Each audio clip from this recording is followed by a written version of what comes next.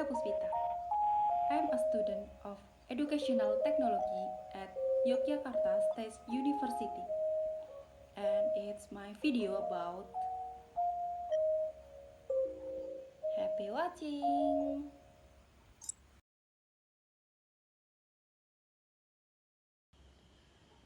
Pedagogi adalah pendekatan pembelajaran untuk anak-anak. Dalam pedagogi ini, peran guru sangat besar untuk keberhasilan proses pembelajaran. Andragogi adalah suatu bentuk pembelajaran yang mampu melahirkan sasaran pembelajaran atau lulusan yang dapat mengarahkan dirinya sendiri dan mampu menjadi guru bagi dirinya sendiri. Fungsi guru dalam hal ini hanya sebagai fasilitator, bukan menggurui, sehingga relasi antara guru dan peserta didik atau murid lebih bersifat multi-communication. Hutagogi merupakan suatu studi tentang pembelajaran yang ditentukan secara mandiri oleh pembelajar. Seperti dalam pendekatan andragogi, instruktur atau pendidik pada hutagogi juga memfasilitasi proses pembelajaran dengan memberikan bimbingan dan sumber daya. Tapi sepenuhnya kepemilikan jalur pembelajaran dan proses untuk pelajar yang melakukan negosiasi belajar dan menentukan apa yang akan dipelajari dan bagaimana hal itu akan dipelajari.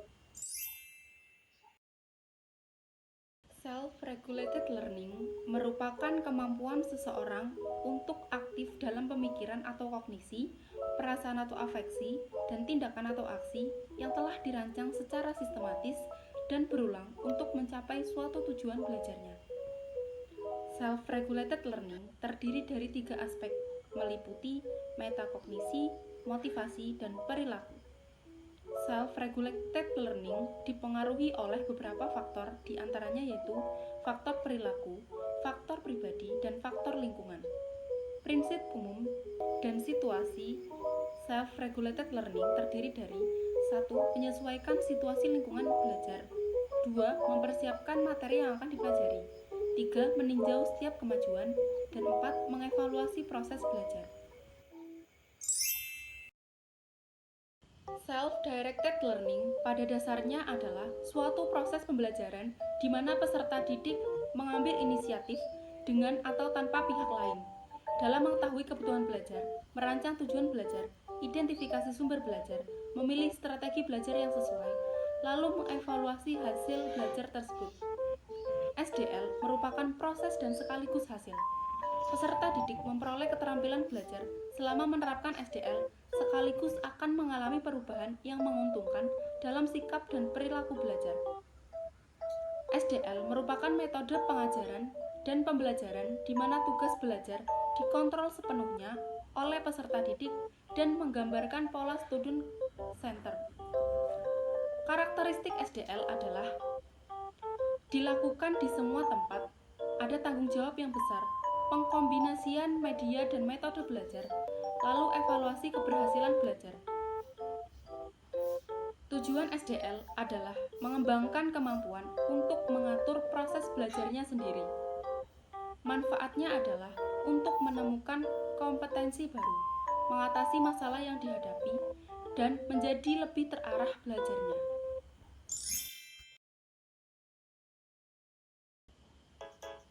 Self-determined learning merupakan proses pembelajaran di mana peserta didik mampu belajar secara mandiri dan menerapkan pendekatan holistik atau menyeluruh atau keseluruhan. Dalam beberapa situasi belajar, fokusnya harus pada apa dan bagaimana peserta didik belajar, bukan apa yang diajarkan.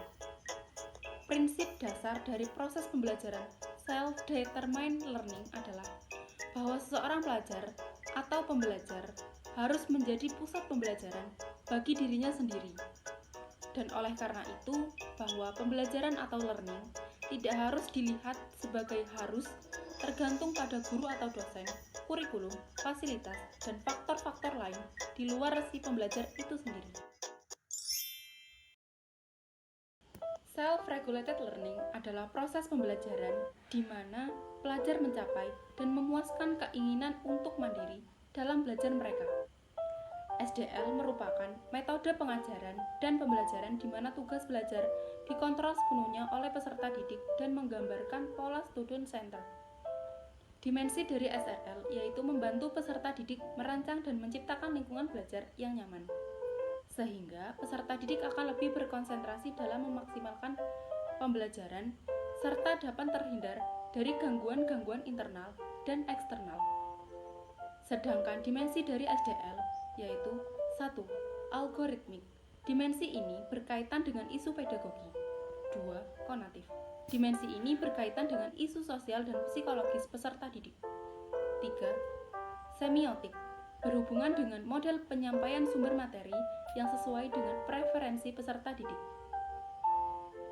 Perbedaan dari self-regulated learning dan self-directed learning diantaranya yaitu SRL lebih menekankan pembelajaran mandiri kepada anak-anak yang masih membutuhkan seorang fasilitator atau pendidik, serta masih sangat terkait dengan kurikulum. Sedangkan SDL, pembelajaran mandiri bagi orang dewasa yang bisa lebih mandiri dan sudah tidak terlalu terkait dengan kurikulum yang ada.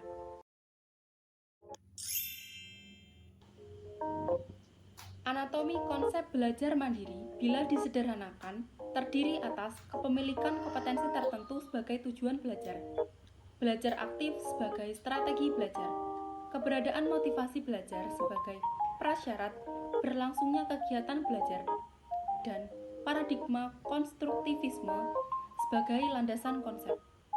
Motif dalam belajar mandiri adalah melatar belakangi perbuatan belajar, bukan kenampakan wujud fisik kegiatan belajarnya. Motivasi dimaknai sebagai dorongan dasar dalam diri manusia yang berfungsi menggerakkan seseorang untuk bertingkah laku. Peranan penting motivasi dalam belajar, khususnya belajar mandiri antara lain: 1. Menentukan hal-hal yang dapat dijadikan penguat belajar. 2. Memperkuat tujuan belajar yang hendak dicapai. 3. Menentukan ragam kendali terhadap rangsangan belajar. 4. Menentukan ketekunan belajar.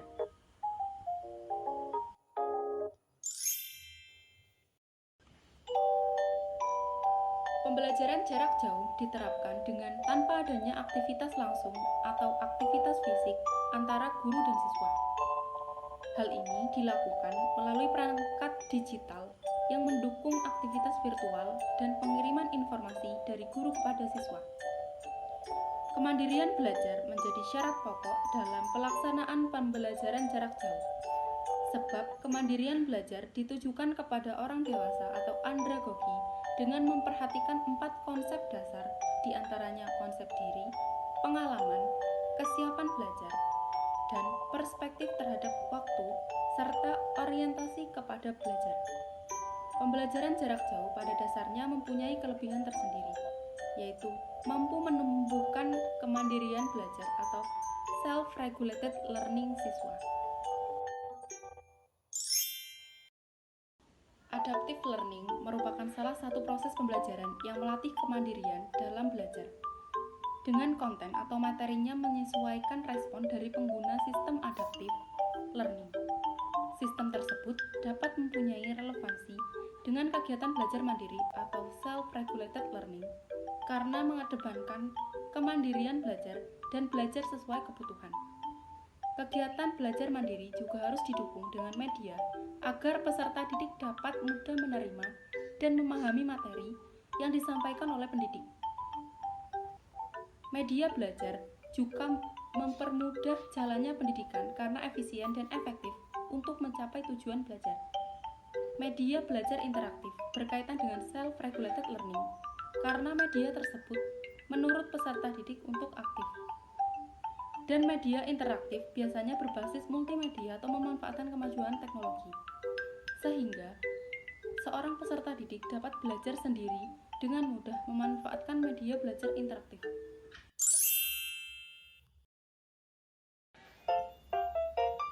Pembelajaran jarak jauh adalah proses pembelajaran yang tidak terjadi tatap muka langsung antara peserta didik dan pendidik. Memiliki karakteristik yaitu program disusun sesuai jenjang, jenis, dan sifat pendidikan. PJJ dapat dikembangkan dengan pembelajaran online dan blended learning dan inovasi pemanfaatan TI dan PJJ.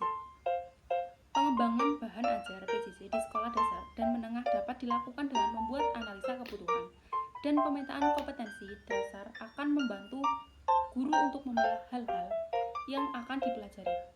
Sedangkan dalam PJJ tinggi menggunakan kurikulum yang PJJ dapat diselenggarakan dengan lingkup mata pelajaran atau mata kuliah, program studi, atau satuan pendidikan.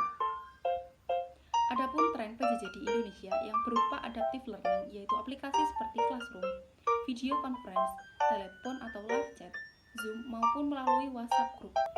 Namun tetap memiliki tantangan dalam menjalankan PJJ di Indonesia, yaitu kurangnya interaksi antara peserta didik dengan pendidik di antar sesama peserta didik.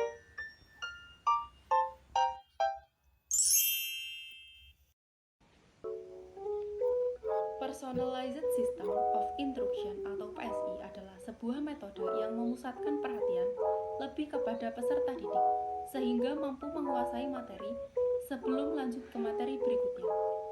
Metode ini dirasa sangat efektif dalam pembelajaran jarak jauh karena kebanyakan peserta didik yang mengikuti PJJ memiliki kendala dalam memahami materi. Sehingga diterapkanlah sistem ini untuk mengatasi masalah tersebut. Dan pemahaman peserta didik akan suatu materi pun dapat tercapai dengan baik. Supaya personalized system of instruction dapat berjalan dengan baik, diperlukan pendidik dan staf kependidikan yang kompeten, serta peserta didik yang memiliki motivasi tinggi dalam belajar.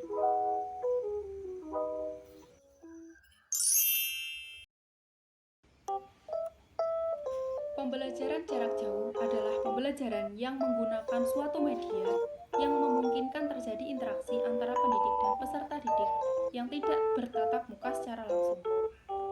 Sistem ini memberikan kebebasan kepada pembelajar atau warga belajar untuk mengikuti kegiatan pembelajaran secara bebas dan mandiri. Keberhasilan dari program pendidikan jarak jauh ini sangat tergantung pada pihak-pihak yang saling membantu, baik itu dari pelajar sendiri, lembaga pendidikan yang menyelenggara, dan anggota masyarakat. Seorang pendidik dapat memberikan suasana pembelajaran yang menarik dan memberi semangat atau motivasi dan berinteraksi kepada siswa meski secara tidak langsung. Interaksi pendidik antara siswa dalam pembelajaran jarak jauh, kegiatan-kegiatan seperti ini masih dapat dilakukan melalui konferensi video atau video conferencing. Teknologi masa depan atau teknologi yang akan datang merupakan hasil dari inovasi lingkup teknologi yang memuat gagasan baru dari seseorang, kelompok, atau perusahaan. Fungsi dari teknologi masa depan yaitu memperkaya materi dan informasi, meningkatkan kemampuan belajar, memudahkan proses belajar, meningkatkan kualitas pendidikan, media pendukung pelajaran, dan media belajar tanpa batasan. Materi belajar pada pembelajaran jarak jauh diharapkan mampu menstimulasi siswa untuk belajar secara mandiri. Salah satu cara mengatasi permasalahan pendidikan dalam jumlah media pembelajaran adalah rekayasa pendidikan. Rekayasa pendidikan merupakan suatu usaha untuk mengembangkan suatu produk yang efektif untuk digunakan di sekolah. PJJ akan menjadi model pembelajaran masa depan. PJJ tidak akan bersaing dengan sistem tatap muka yang selama ini kita jalani. Justru PJJ dapat merangkul orang-orang yang tidak mampu secara materi dan jarak jauh untuk mengikuti sistem konvensional.